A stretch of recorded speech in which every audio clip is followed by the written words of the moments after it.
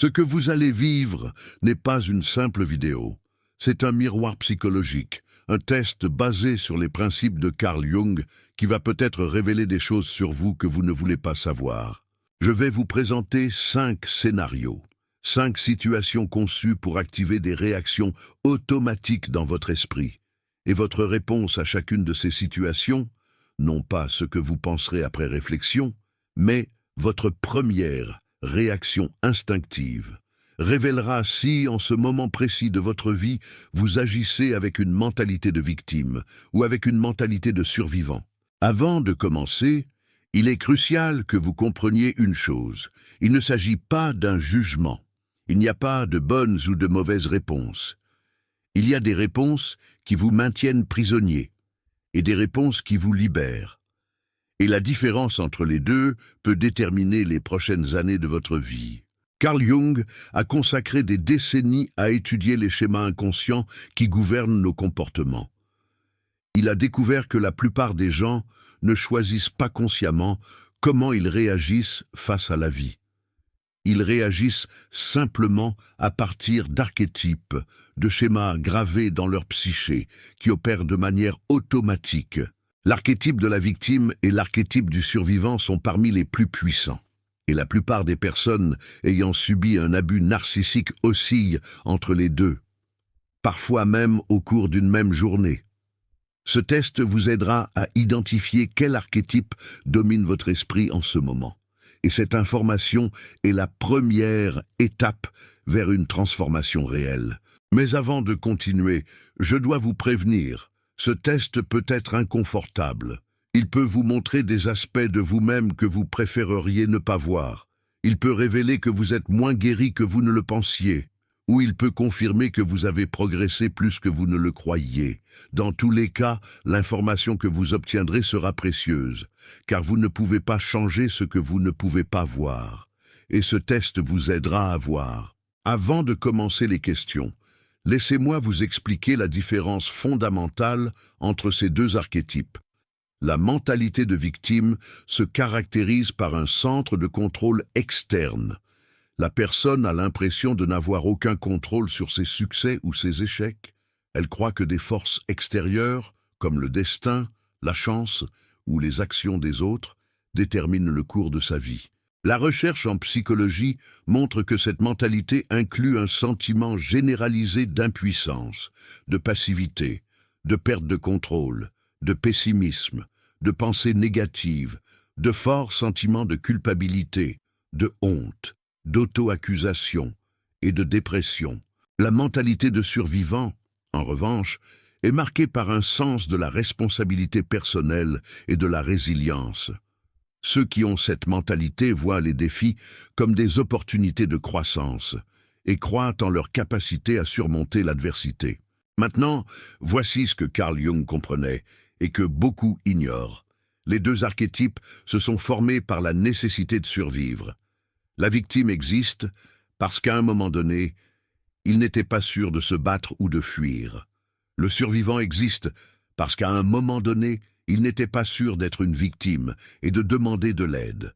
Aucun des deux n'est bon ou mauvais en soi, mais l'un vous maintient dans le passé et l'autre vous emmène vers le futur. Ce qui est fascinant, c'est que la plupart des gens ne sont ni purement victimes, ni purement survivants. Ils sont un mélange des deux. Dans certains domaines de leur vie, ils réagissent avec force, dans d'autres, avec peur. Dans certaines situations, ils se sentent forts, dans d'autres, complètement impuissants. Ce test vous montrera exactement où vous en êtes, dans quel domaine vous êtes déjà guéri, et dans quel domaine vous avez encore du travail à faire. L'honnêteté envers vous-même est cruciale ici. Ne répondez pas ce que vous croyez que vous devriez répondre. Ne répondez pas ce qui serait le plus mature ou le plus spirituel. Répondez ce que vous ressentez vraiment, même si c'est inconfortable, même si vous n'aimez pas ça, parce que le masque que vous portez pour le monde n'abuse pas votre inconscient. Et votre inconscient est ce qui détermine comment vous vivez réellement votre vie. Êtes-vous prêt pour le test ? Je vais vous présenter 5 scénarios. Pour chacun d'eux, observez votre première réaction. pas celle que vous pensez que vous devriez avoir, pas celle qui serait mature ou spirituelle. Votre première réaction honnête, viscérale, automatique. Scénario numéro 1. Imaginez que quelqu'un qui vous a fait beaucoup de mal dans le passé, peut-être un narcissique, peut-être un ex, peut-être un membre de votre famille toxique, vient de publier sur les réseaux sociaux qu'il vit sa meilleure vie, des photos heureuses, un succès apparent, une nouvelle relation qui semble parfaite. Quelle est votre première réaction en voyant cela? Si votre réaction immédiate est la colère, si vous sentez qu'il est injuste que cette personne aille bien alors que vous continuez à souffrir, si vous pensez que l'univers devrait la punir, si vous sentez que son bonheur invalide d'une manière ou d'une autre votre douleur, alors vous réagissez à partir de l'archétype de la victime. Il y a quelque chose en vous qui reste connecté à cette personne, qui continue à avoir besoin que sa vie aille mal pour que la vôtre ait un sens, qui continue à définir votre bien-être par rapport à elle. Si votre réaction est l'indifférence, si ce que cette personne fait ou ne fait pas ne vous affecte pas réellement, si vous pouvez voir ses photos sans qu'aucune émotion forte ne s'active, si sa vie n'a plus aucune importance pour la vôtre, alors vous réagissez à partir de l'archétype du survivant, vous vous êtes déconnecté, vous avez récupéré votre énergie. Vous ne payez plus de loyer mental à quelqu'un qui ne le mérite pas. Maintenant, il y a une troisième possibilité. Si votre réaction est quelque chose comme « je suis heureux pour elle », mais d'une manière forcée, artificielle, que vous ne ressentez pas vraiment, alors vous êtes dans un endroit intermédiaire dangereux. Vous faites semblant d'avoir une mentalité de survivant alors qu'intérieurement, vous êtes toujours piégé dans la victime. Carl Jung appelait cela la persona, le masque que nous utilisons pour paraître ce que nous croyons que nous devrions être. Mais le masque ne change pas ce qu'il y a en dessous. Prenez note de votre réaction à ce premier scénario. Soyez honnête avec vous-même. Personne d'autre ne regarde. Ce scénario touche à quelque chose que Carl Jung appelait l'ombre. Cette colère que vous ressentez lorsque l'agresseur semble heureux fait partie de votre ombre. Et ce n'est pas grave de la ressentir. C'est humain, c'est naturel, c'est compréhensible. Ce qui compte, c'est si cette colère vous contrôle, ou si vous la contrôlez, si elle domine vos pensées, ou si vous pouvez l'observer sans vous laisser consumer, si elle vous définit, ou si vous la reconnaissez simplement comme une émotion passagère. Le survivant n'est pas quelqu'un qui ne ressent pas de colère. C'est quelqu'un qui a appris à contenir la colère sans qu'elle ne le contrôle, qui peut sentir sans agir, qui peut observer sans réagir. Scénario numéro 2. Vous êtes à une réunion de famille ou sociale. Quelqu'un mentionne la personne qui vous a fait du mal. Peut-être la défendent-ils. Peut-être racontent-ils une histoire où cette personne semble sympathique, généreuse, bonne. Quelle est votre première réaction? Si vous ressentez le besoin urgent de corriger l'histoire, si vous voulez interrompre et dire « mais vous ne savez pas ce qui s'est réellement passé », si vous ressentez de la frustration parce que personne ne voit la vérité, si vous êtes consumé par le désir de dénoncer cette personne, alors vous réagissez depuis l'archétype de la victime. Vous avez toujours besoin de validation externe. Vous avez toujours besoin que les autres reconnaissent votre douleur pour qu'elle soit réelle.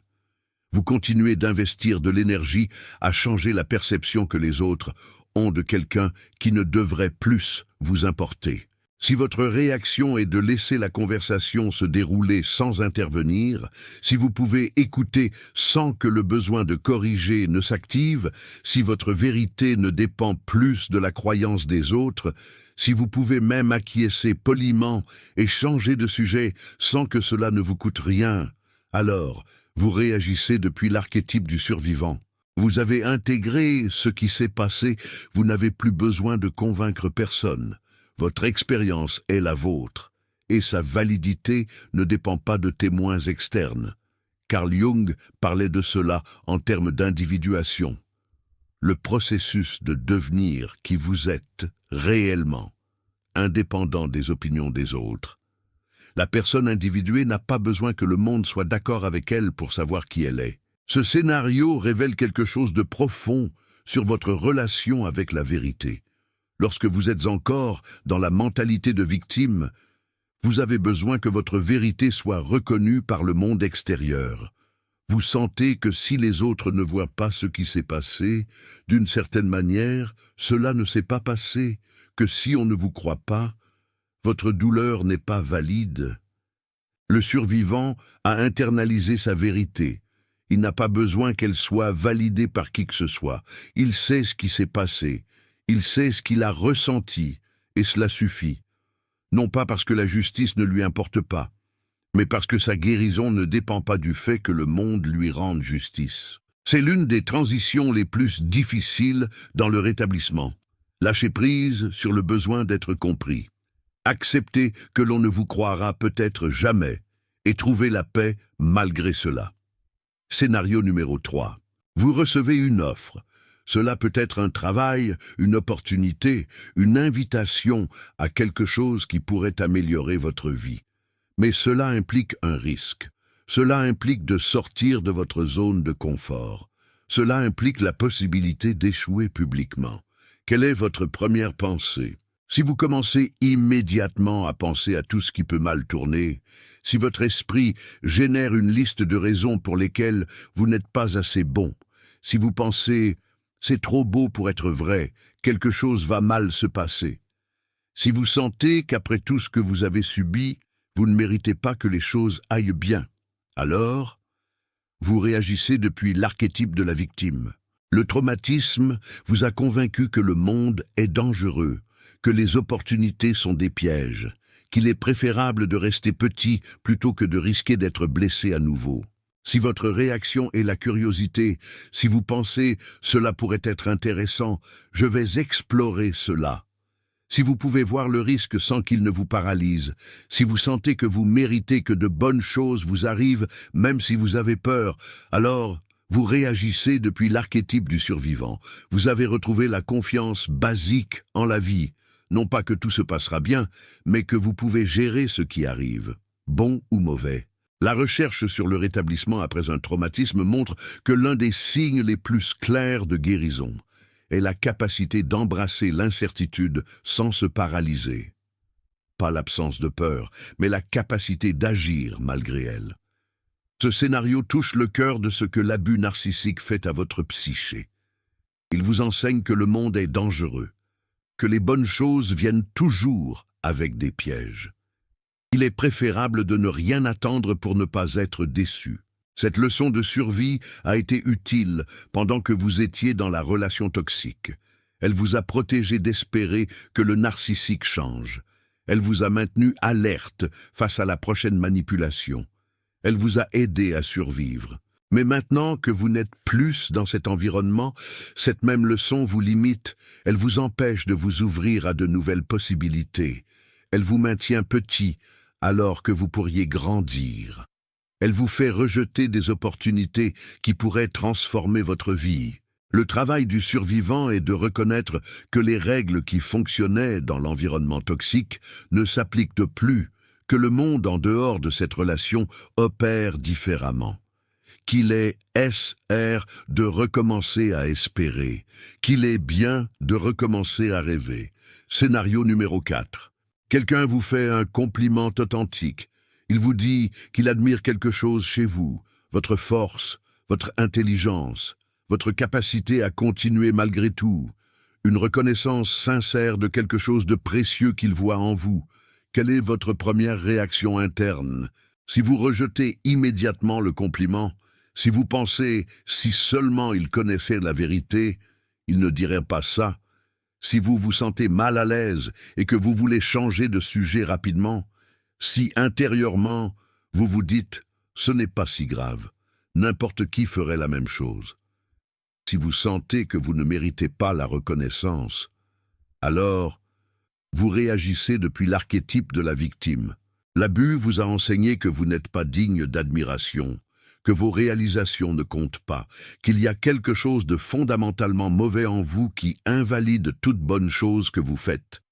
Et cette voix, même si elle ne vient plus de l'abuseur, continue de résonner dans votre tête. Si votre réaction est de recevoir le compliment avec gratitude, si vous pouvez dire merci et vraiment le ressentir, si la reconnaissance vous fait vous sentir bien sans qu'une voix n'apparaisse pour le saboter, si vous pouvez accepter qu'il y a des choses précieuses en vous sans avoir l'impression d'être arrogant, alors vous réagissez depuis l'archétype du survivant. Vous avez commencé à reconstruire votre estime de soi, pas depuis l'ego gonflé que le narcissique a détruit, mais depuis un endroit plus profond, une reconnaissance tranquille de votre propre valeur qui ne dépend de l'approbation de personne. Jung appelait cela la restauration du soi, lorsque vous commencez à vous relier à vous-même depuis un lieu de respect, au lieu de la honte toxique que l'abus a implantée en vous. Ce scénario est particulièrement douloureux parce qu'il touche l'estime de soi détruite. Le narcissique vous a convaincu que vous n'étiez pas suffisant, que tout ce que vous faisiez était mauvais, que vous ne méritiez ni amour ni reconnaissance. Et cette voix, même si le narcissique n'est plus là, continue de parler. Chaque fois que quelqu'un vous complimente, cette voix chuchote « ce n'est pas vrai ».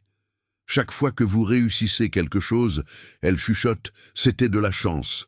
Chaque fois que quelqu'un vous aime, elle chuchote « s'il savait qui vous êtes vraiment, il s'enfuirait ». Le survivant a appris à faire taire cette voix, pas à l'éliminer, parce qu'elle ne disparaîtra peut-être jamais complètement, mais à ne pas la croire, à la reconnaître comme l'écho de l'abus, à la traiter comme un bruit de fond au lieu de la vérité. Scénario numéro 5. C'est le plus révélateur de tous. Pensez à tout ce qui vous est arrivé. L'abus, la manipulation, le temps perdu, la douleur, les nuits blanches, les larmes, la confusion, tout. Maintenant, posez-vous cette question. Si vous pouviez effacer toute cette expérience de votre vie, comme si elle ne s'était jamais produite, le feriez-vous? Si votre réponse immédiate est un oui absolu, si vous donneriez n'importe quoi pour ne pas avoir vécu ça, si vous sentez que cette expérience ne vous a rien apporté, mais vous a seulement enlevé des choses, si vous croyez que vous seriez une meilleure personne si cela ne s'était jamais produit, alors vous êtes encore en train de traiter l'événement depuis l'archétype de la victime. Ce n'est pas une mauvaise chose. C'est parfaitement compréhensible. La douleur était réelle. Les pertes étaient réelles. Il n'y a rien de mal à souhaiter que cela ne se soit jamais passé, mais cela indique que vous êtes encore dans les premières étapes de la guérison. Vous voyez encore l'expérience uniquement comme une perte. Vous n'avez pas encore trouvé le sens de votre souffrance. Si votre réponse est plus complexe, si vous pensez quelque chose comme « c'était horrible », mais cela m'a appris des choses sur moi-même que je n'aurais jamais apprises autrement. Si vous reconnaissez que l'expérience, même douloureuse, vous a transformé de manière importante, si vous pouvez voir des forces en vous qui sont nées directement de cette souffrance, alors vous traitez l'événement depuis l'archétype du survivant. Vous ne justifiez pas ce qu'on vous a fait. Vous ne dites pas ce que c'était bien. Vous dites que vous avez trouvé un moyen de transformer le poison en médicament, d'utiliser ce qui vous a détruit comme matériau de construction pour quelque chose de nouveau. Carl Jung a beaucoup écrit à ce sujet. Il appelait cela la transformation alchimique de la souffrance, la capacité de la psyché humaine à prendre des expériences dévastatrices et à les transformer en sagesse, en profondeur, en une compréhension de la vie qui ne serait pas possible sans être passé par l'enfer. C'est peut-être le scénario le plus difficile auquel répondre honnêtement, parce qu'il y a une partie de nous tous qui souhaiterait que la douleur n'ait jamais existé. C'est humain, c'est normal, mais il y a une autre partie, une partie qui n'émerge qu'après beaucoup de travail interne, qui peut voir la souffrance différemment, qui peut dire « cela m'a détruit et m'a construit », qui peut soutenir les deux vérités en même temps sans qu'une n'invalide l'autre. Cette capacité à soutenir le paradoxe est ce que Jung considérait comme le signe le plus clair de maturité psychologique. Ne pas choisir entre victime et survivant, mais intégrer les deux en quelque chose de plus grande. Maintenant que vous avez parcouru les 5 scénarios, interprétons vos résultats. Si la majorité de vos réactions provenaient de l'archétype de la victime, vous devez écouter ceci. Il n'y a rien de mal en vous. Être dans un état d'esprit de victime ne signifie pas que vous êtes faible ou que vous faites quelque chose de mal. Cela signifie que vous êtes encore dans le processus de guérison. Et ce processus prend le temps qu'il faut. L'état d'esprit de victime s'est développé comme un mécanisme de défense pour faire face aux événements négatifs de la vie. Vous n'avez pas choisi de l'avoir. Il est apparu parce qu'à un moment donné, c'était la seule façon de survivre. Mais voici la vérité difficile. Ce qui vous a autrefois protégé vous maintient maintenant prisonnier. L'état d'esprit de victime qui vous a aidé à survivre à l'abus est le même qui vous empêche de prospérer après celui-ci. Les professionnels de la santé mentale spécialisés dans la guérison des abus narcissiques ont observé que rester piégé dans l'état d'esprit de victime finit par devenir nuisible pour la personne qui a été victimisée. Pas parce qu'être une victime est mauvais, vous avez été une victime, c'est un fait, mais l'identité de victime, maintenue au-delà de son utilité, devient une prison. Si la majorité de vos réactions provenaient de l'archétype du survivant, vous devez également écouter quelque chose. L'état d'esprit de survivant est une grande avancée. Cela signifie que vous avez récupéré votre sentiment d'agence, que vous ne vous définissez plus par ce qu'on vous a fait, que vous regardez vers l'avant plutôt que vers l'arrière. Mais il y a une étape de plus, et cette étape consiste à passer de survivant à ce que les chercheurs appellent thriver, quelqu'un qui a non seulement survécu, mais qui a fleuri, qui n'a pas seulement échappé au passé, mais qui a construit un avenir qu'il aime vraiment. La différence entre survivre et s'épanouir est subtile, mais importante. Le survivant se définit encore par rapport au traumatisme. Il reste celui qui a survécu, celui qui s'est échappé, celui qui n'a pas laissé l'abus le détruire. Le thriver ne pense même plus en ces termes. Le traumatisme fait partie de son histoire, mais il ne la définit pas. Il a intégré l'expérience si complètement qu'il n'est plus survivant de quoi que ce soit. Il est simplement qui il est. Maintenant, quel que soit l'endroit où vous vous situez dans ce spectre, il y a quelque chose que Jung comprenait à propos de la transformation que vous devez savoir. Le passage de victime à survivant à thriver ne se produit pas par la force de la volonté. Vous ne pouvez pas décider un jour d'arrêter d'être une victime et de vous transformer magiquement en survivant. La psyché ne fonctionne pas ainsi. Ce que vous pouvez faire, c'est créer les conditions pour que la transformation se produise naturellement. Et la première condition est l'auto-observation honnête. Exactement ce que vous venez de faire avec ce test. Reconnaître où vous en êtes sans vous juger, voir vos schémas sans prétendre qu'ils n'existent pas. Accepter votre réalité actuelle comme point de départ pour le changement. Jung a consacré sa vie à enseigner que la conscience est guérisseuse en elle-même, que le simple fait d'observer vos schémas inconscients commence à affaiblir leur pouvoir sur vous. Vous n'avez rien à changer aujourd'hui. Vous avez juste à voir, et vous l'avez déjà fait. Maintenant, tout ce que vous avez vécu dans cette vidéo, le test, les interprétations, la compréhension des archétypes de Jung représente un type de contenu que vous trouvez rarement sur Internet. Un contenu qui vous fait penser au lieu de vous endormir. Un contenu qui vous confronte au lieu de confirmer ce que vous croyez déjà. Cette chaîne existe pour vous apporter ce type de contenu, sans les formules vides d'aide personnelle qui promettent une transformation instantanée, sans la pression de faire semblant que vous allez mieux que vous ne l'êtes réellement. Avec l'honnêteté que la guérison réelle exige, le bouton « Super Thanks » que vous voyez là-dessous n'est pas seulement un soutien financier. C'est votre façon de dire que vous valorisez un contenu qui vous met au défi de grandir. Un contenu qui ne vous traite pas comme fragile.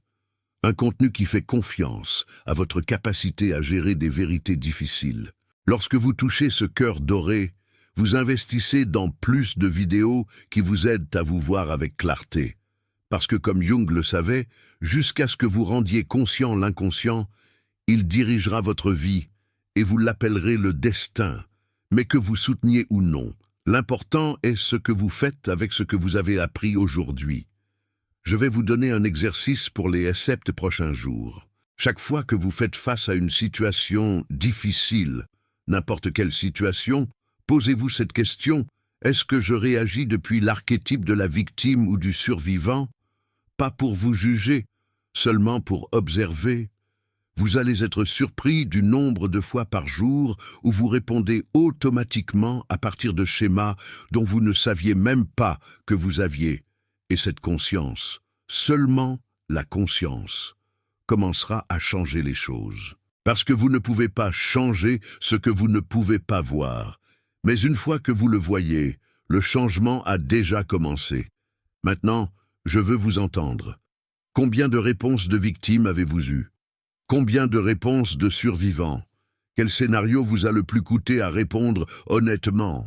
Commentez ci-dessous, non pas pour que je vous juge, mais pour que vous vous voyiez et pour que d'autres qui traversent la même chose sachent qu'ils ne sont pas seuls. Parce que la vérité est celle-ci. Nous avons tous été victimes à un moment donné. Nous avons tous répondu depuis la peur, au lieu de la force. Nous avons tous eu des jours où le passé semblait plus puissant que l'avenir, comme disait Baudelaire, ce spectre familier. La différence entre ceux qui guérissent et ceux qui ne guérissent pas n'est pas que les uns soient plus forts que les autres. C'est que certains sont disposés à se voir avec honnêteté, à admettre où ils en sont réellement, à faire le travail que la transformation requiert. Aujourd'hui, vous avez fait le premier pas. Vous vous êtes vu, vous vous êtes observé, vous vous êtes confronté à des vérités que vous ne vouliez peut-être pas voir. C'est déjà plus que ce que la plupart des gens font. Jung disait une fois que nous ne nous illuminons pas en imaginant des figures de lumière, mais en rendant consciente l'obscurité, ce que Sartre nommait le néant. Le test que vous venez de faire vous a montré une partie de votre obscurité, les zones où vous êtes encore piégé, les schémas qui vous contrôlent encore. Mais il vous a aussi montré autre chose, les zones où vous avez déjà guéri, les schémas que vous avez déjà brisés. La preuve que le changement est possible, parce qu'il s'est déjà produit. Gardez cette preuve près de vous. Parce que dans les jours difficiles, quand l'archétype de la victime voudra prendre le contrôle, cette preuve vous rappellera quelque chose d'important. Vous n'êtes plus qui vous étiez. Le changement a déjà commencé, et chaque jour, avec chaque petite décision consciente, vous vous rapprochez plus de qui vous êtes réellement. Pas de qui l'abus vous a fait croire que vous étiez, pas de qui le narcissiste vous a convaincu d'être, mais de qui vous étiez avant tout ça, et de qui vous pouvez être après l'avoir intégré. Cette personne vous attend, et le chemin vers elle commence par voir où vous en êtes maintenant. Vous l'avez déjà fait, vous vous êtes déjà observé avec honnêteté, vous avez déjà fait le premier pas. Maintenant continuez, avec conscience, avec compassion envers vous-même, et avec la certitude que le changement est possible, parce qu'il est déjà en train de se produire.